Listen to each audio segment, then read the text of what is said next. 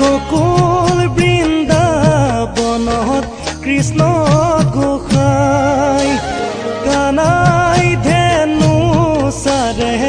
বাঁহী বজায়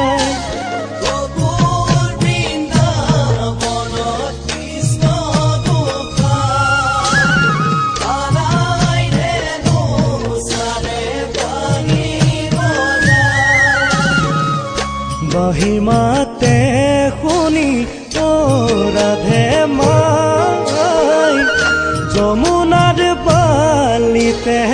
কলচি পেনা